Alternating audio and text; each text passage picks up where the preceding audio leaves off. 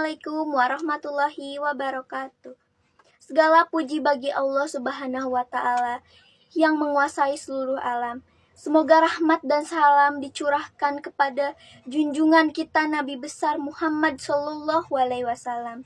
Pada kesempatan kali ini, saya akan membacakan pidato singkat tentang buku yang saya baca, yaitu The Alpha Girls Guide.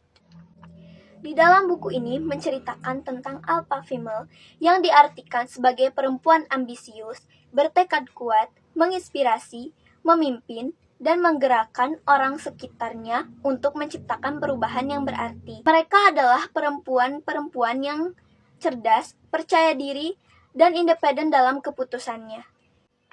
Buku ini membahas kalau perempuan tak selemah apa yang orang pikirkan, bahwa perempuan memiliki pemikiran yang logis, bisa diambil dalam keputusan yang dihadapinya.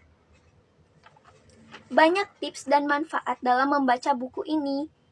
Sekian pidato singkat dari saya, kurang lebihnya mohon maaf. Semoga bermanfaat untuk kalian semua.